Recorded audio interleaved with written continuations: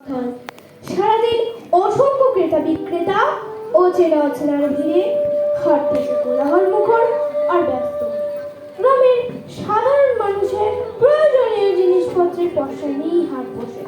খুব বেশি দামি জিনিস সেখানে বিক্রি হয় না। সাধারণত দুপুরের একটু আগে থেকেই বিক্রেতাদের আগমন শুরু হয়।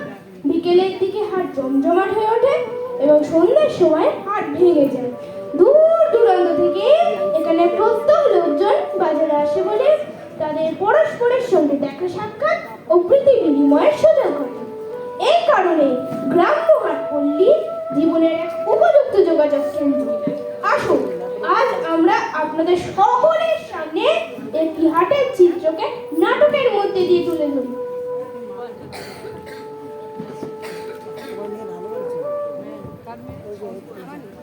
ওই গ্রাম ছাড়া ওই রাঙা মাটির পথ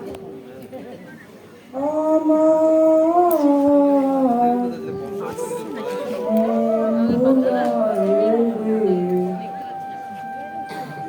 হাট বাজার কত বড় হতো, কত কিছু যে দেখা যেত আর পাওয়া যেত। এখন না ওরকম আর কিছু দেখা যায়, না ওরকম আর কিছু পাওয়া যায়। সেই পুরোনো কথা খুব মনে পড়ে।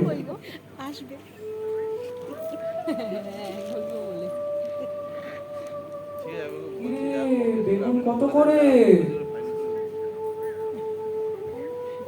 কুমোর পাড়ার গরুর গাড়ি, বোঝাই করা কলসি হাড়ি, গাড়ি চালায় বংশী বদল, সঙ্গে যে যায় ভাগ্নে মদন। হাট বসেছে শুক্রবারে, বক্সিগঞ্জে পদ্মা পারে। জিনিসপত্র জুটিয়ে এনে গ্রামের মানুষ বেচে কিনে। উচ্ছে বেগুন পটল মূলো, বেতের পোনা ধামা কুলো, সর্ষে ছোলা ময়দা আটা, শীতের রেপা নকশা কাটা, ঝাঁঝরি করা বেরি হাতা, শহর থেকে সস্তা ছাতা, কলসি ভরা এখো পুড়ে, মাছি যত বেড়ায় উড়ে।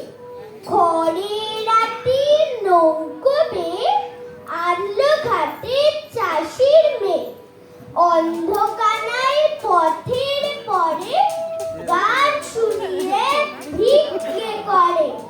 পাড়ার ছেলে সানের ঘাটে জল ছিটিয়ে সাঁতার কাটে।